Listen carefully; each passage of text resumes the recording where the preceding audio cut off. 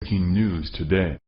Please subscribe and then check notification box to get all breaking news alerts.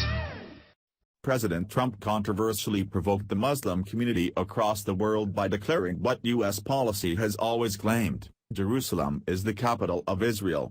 Just a short 5 months ago, the Senate passed a bill voting 90-0 that Jerusalem would be recognized as Israel's undivided capital. Yet it has actually been the law since the passing of the Jerusalem Embassy Act of 1995, where the United States documented their plan to move its embassy to the Israeli capital of Jerusalem. Yet former Presidents Bill Clinton, George W. Bush, and Barack Obama collectively spent more than 21 years appeasing Palestine by not fulfilling the rule of law. President Trump's historic announcement on Jerusalem is of even larger significance when one considers the timing of the announcement itself. Around the same time last year, former President Barack Obama freely stabbed Israel in the back. Back in 2011, Obama began to insert himself, and America by extension, into the escalating tensions between the nations of Israel and Palestine. Obama began to slowly but surely show preference, taking sides with Islamic terrorists rather than Israel, our strongest and most consistent ally in the Middle East.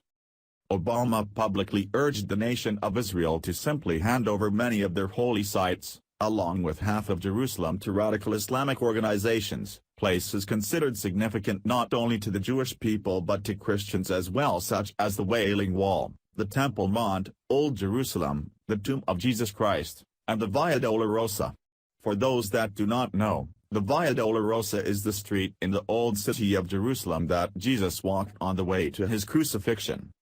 Image result for Obama turns over holy sites. Israel did not comply.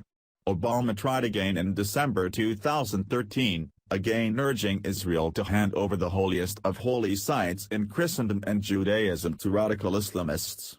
Israel again ignored Obama and his ridiculous demands. Then on Christmas Day 2016, Obama revealed his alliances for one and all to see if there was any doubt, effectively signing over Christian and Jewish holy sites to radical Muslim groups, and then adding insult to injury, the Obama administration helped write the UN draft resolution. Obama then put the nail in the coffin using the United Nations Security Council resolution to sign these holy sites over to these groups.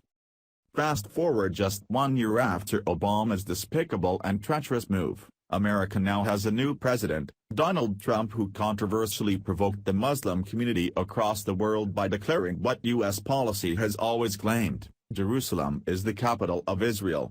Just a short 5 months ago, the Senate under President Trump's leadership passed a bill voting 90-0 that Jerusalem would be recognized as Israel's undivided capital. Never mind, it has actually been the law since the passing of the Jerusalem Embassy Act of 1995, where the United States documented their plan to move its embassy to the Israeli capital of Jerusalem. Yet former Presidents Bill Clinton, George W. Bush, and Barack Obama collectively spent more than 21 years appeasing Palestine by not fulfilling the rule of law, and Obama himself effectively attempted to give away the farm to radical Muslims. This bold move of relocating the U.S. Embassy from Tel Aviv to Jerusalem loudly and effectively demonstrates that the United States values its relationship with Israel. President Trump took steps to bolster that relationship, doing much to repair the damage done by the Obama administration.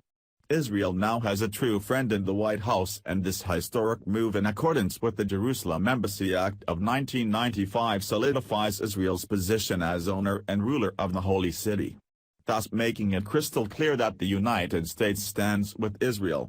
The rest of the world is learning that, too.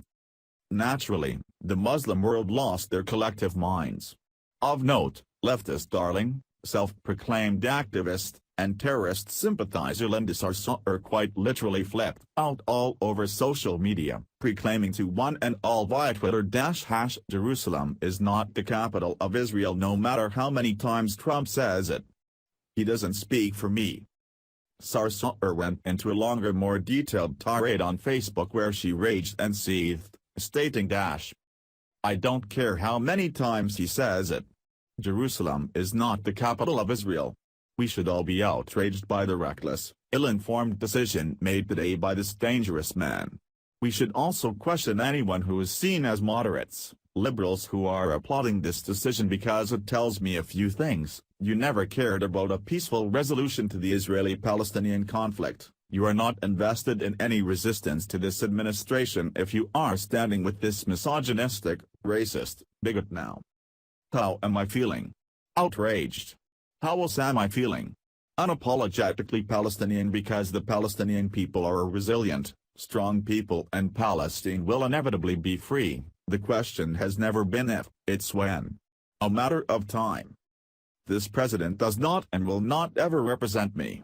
I will never be blinded by my own self-centeredness to applaud a decision that I may agree with and forget that you just aligned yourself with a racist bigot against the majority of the international community.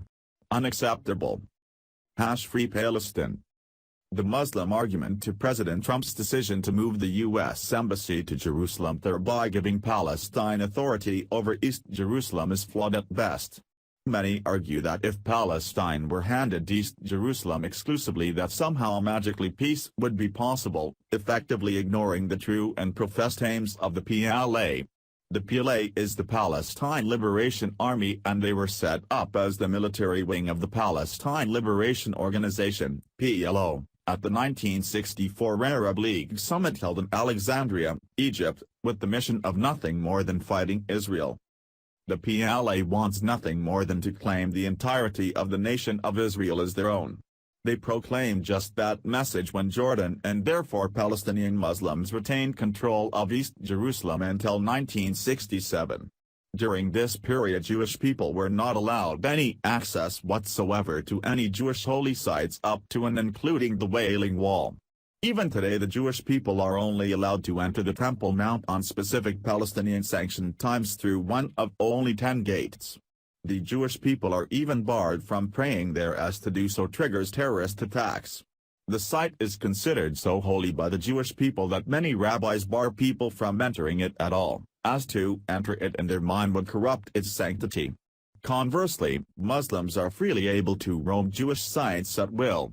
Israelis are entirely restricted from any and all Muslim holy sites. Simply walking through East Jerusalem as a Jewish person is seen as a provocation by Palestinian Muslims. Follow us on Facebook at Freedom Daily.